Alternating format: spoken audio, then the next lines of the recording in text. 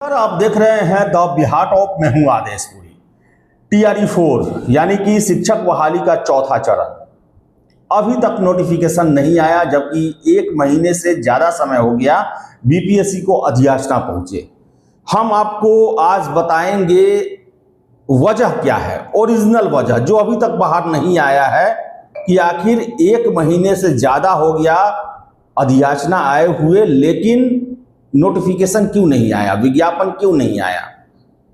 लेकिन उससे पहले बात कर लें कि एक बातें चल रही हैं कि मुख्यमंत्री नीतीश कुमार जी अगले महीने मुख्यमंत्री का पद छोड़ सकते हैं, और ऐसे में ब्यूरोक्रेसी में भी एक बहुत बड़ा लॉबी है जो बिहार का सेवा के बाद अब केंद्रीय प्रतिनियुक्ति पर जाना चाहता है, और इसमें जो है वो शिक्षा विभाग के ACS बी राजेंद्र को लेकर भी बातें चल रही हैं, और छात्रों के मन में एक उहापोह की स्थिति आ गई है कि अभी तक बीपीएससी और शिक्षा विभाग में विज्ञापन को लेकर सारा मामला क्लियर नहीं हुआ। उस बीच ही अगर सेंट्रल डेप्यूटेशन पर चले जाते हैं ACS शिक्षा महोदय, तो कहीं ऐसा ना हो कि टीआरई 4 लटक जाए। तो आपको मैं बता दूं कि इससे कोई असर नहीं पड़ने वाला। ACS साहब के सेंट्रल डेप्यूटेशन पर चले जाने से आपके टीआरई 4 बहाली पर कोई असर नहीं पड़ने वाला, क्योंकि 16 मार्च को जो बीपीएससी और शिक्षा विभाग के बीच बैठक हुआ था, उसमें भी प्राइमरी और माध्यमिक शिक्षा निदेशक ही शामिल हुए थे, और इस लेवल पर ही फैसला लेना है। ऐसा नहीं है कि जो परिवर्तन या संशोधन होने वाला है उसमें ACS शिक्षा विभाग का रहना आवश्यक है, ऐसी बातें नहीं है। और सबसे बड़ी बात, अधियाचना पहुंच चुका है। मुख्यमंत्री पिछले हफ्ता दिनों से जो है रोज अपने समृद्धि यात्रा में इस बात को दोहरा रहे हैं, तो अब तो इसमें कोई पेच फंसने की संभावना नहीं है। लेकिन बताएं आपको हम कि छात्रों का पेशेंस जवाब दे रहा है, और यही वजह है कि कल टीआरई 4 के कैंडिडेट्स के द्वारा पटना में एक बड़ा आंदोलन किया गया, और छात्रों का प्रतिनिधिमंडल जो है वो बीपीएससी में परीक्षा नियंत्रक और सचिव साहब से मुलाकात किया, और आश्वासन मिला उन्हें कि मार्च अंतिम तक आपका नोटिफिकेशन आ जाएगा। अब क्या वजह है कि नोटिफिकेशन अब तक नहीं आया, कौन सा पेच फंसा हुआ है। छात्रों के बीच में समाचार पत्रों में आया कि डोमिसाइल को लेकर मामला फंसा हुआ है। डोमिसाइल को लेकर कोई मामला नहीं फंसा हुआ है, डोमिसाइल को लेकर सारा चीज क्लियर हो चुका है।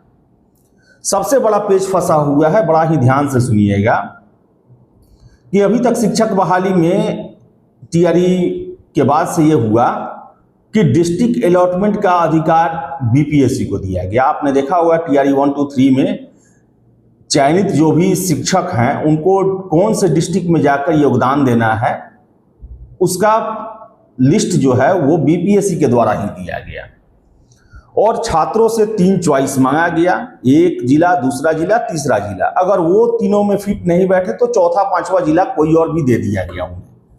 और बताएं आपको हम कि मनचाहा जिला नहीं मिलने के बाद शिक्षक बने हुए शिक्षक के द्वारा ताबड़तोड़ पटना हाई कोर्ट में केस किया गया कि हमने 3 ऑप्शन दिया था, हमें 3 के अलावा चौथा या दूसरा जिला क्यों मिला।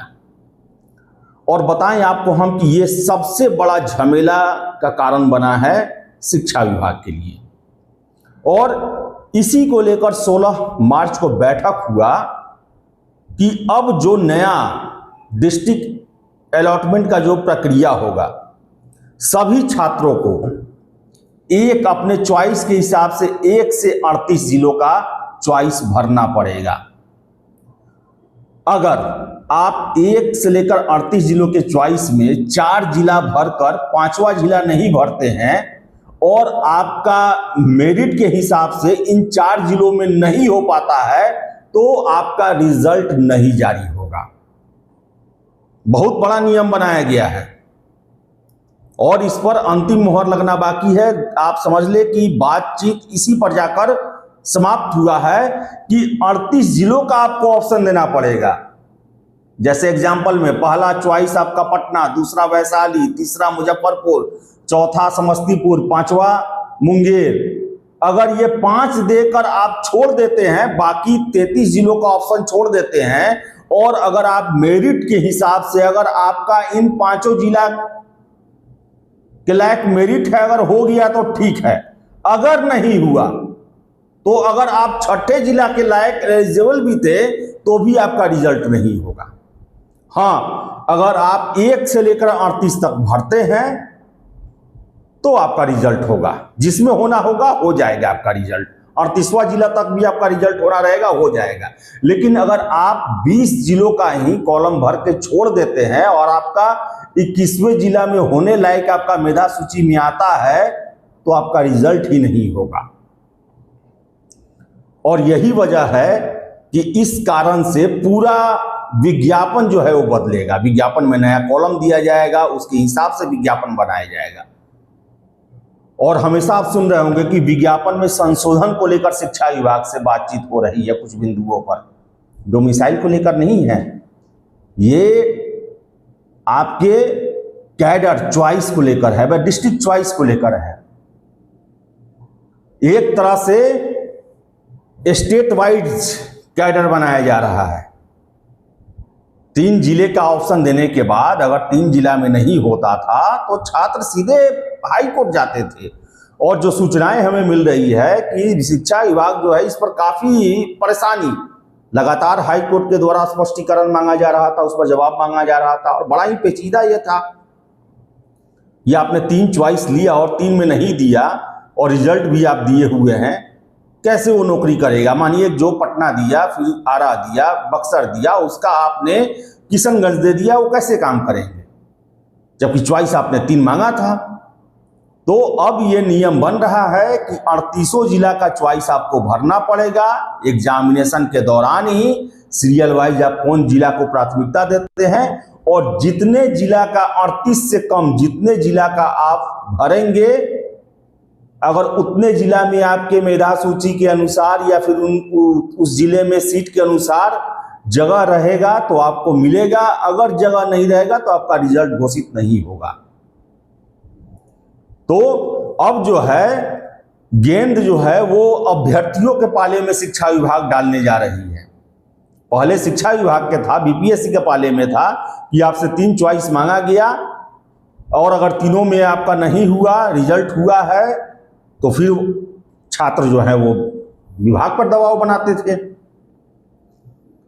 तो अब एक तरह से देखा जाए तो स्टेट कैडर बनाने की कोशिश की जा रही है। अगर आपको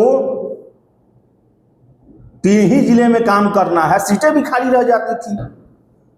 आप 3 जिला देते थे, मान लीजिए पटना दिए, बक्सर दिए, नालंदा दिए। इसके अलावा आपको अगर भागलपुर चला गया, आप नौकरी ज्वाइन नहीं करने जाते थे। तो इस तरह छात्र को ही इससे ये होता था कि आप ज्वाइनिंग करने नहीं गए और दूसरे छात्र को भी नौकरी नहीं मिल पाया, तो इससे नुकसान हो रहा था। और यही वजह है कि अब आप अगर 15 चॉइस भरते हैं, अगर आपका 14वां चॉइस क्लियर होता है तो आप कोर्ट जाने की स्थिति में नहीं रहेंगे कि हमें जो है हम पटना चाहते थे, हमें पूर्णिया क्यों दिया गया। तब तो सीधे हो जाएगा कि आपने चॉइस के हिसाब से पूर्णिया भी दिया है। आपने 15 चॉइस बढ़ाया, आपका 14वां चॉइस पूरा हो गया। तो 38 जिला का आपसे जो है वो ऑप्शन फिलअप करवाया जाएगा, और जो जितना ऑप्शन देंगे 38 देंगे तो आपका किसी जिला में भी हो सकता है नौकरी। अगर आप 3 ही देंगे तो 3 में से अगर आपका मेरिट के हिसाब से, आपके विषय के हिसाब से सीट खाली रहा, मिल गया तो ठीक, नहीं तो आपका रिजल्ट नहीं दिया जाएगा। यही पेच फंसा हुआ था और ये पेच लगभग क्लियर हो चुका है। मार्च अंतिम तक, यानी कि 25 से लेकर 30 मार्च के बीच में आपका नोटिफिकेशन जारी किए जाने की पूरी संभावना बन रही है। और शिक्षा विभाग के एसीएस बी राजेंद्र जी सेंट्रल डेपुटेशन के लिए आवेदन दिए भी होंगे और मंजूरी मिल भी गया होगा, तो भी जाने में कुछ समय लगता है। यहाँ से डिस्चार्ज होने में उनको समय लगेगा, यहाँ से दिल्ली जाकर ज्वाइन करने में, क्योंकि सेंट्रल डेपुटेशन में भी जिस विभाग में आप जाना चाहते हैं वहाँ पर जब सीटें खाली होती तब आपको इनवाइट किया जाता है आपके रैंक के हिसाब से। तो ऐसा नहीं है कि वो रातों रात चले जाएंगे, और उनके जाने से भी कोई असर नहीं होने वाला है, क्योंकि इसमें फैसला माध्यमिक प्राथमिक शिक्षा निदेशक ले रहे हैं और अधियाचना जा चुका है। मुख्यमंत्री जी रोज इसको लेकर घोषणा कर रहे हैं। तो इससे जो है आपकी बहाली फंसने वाली नहीं है। बस यही आपके डिस्ट्रिक्ट अलॉटमेंट को लेकर ही मामला फंसा हुआ था। तो अब जो नोटिफिकेशन आएगा उसमें 38 जिला का आपको प्रेफरेंस मांगा जाएगा, और आपको अगर नौकरी चाहिए, कहीं भी आप करना चाहते हैं बिहार में शिक्षक की नौकरी, तब तो आप 1 से 38 तक फिलअप करेंगे उसे।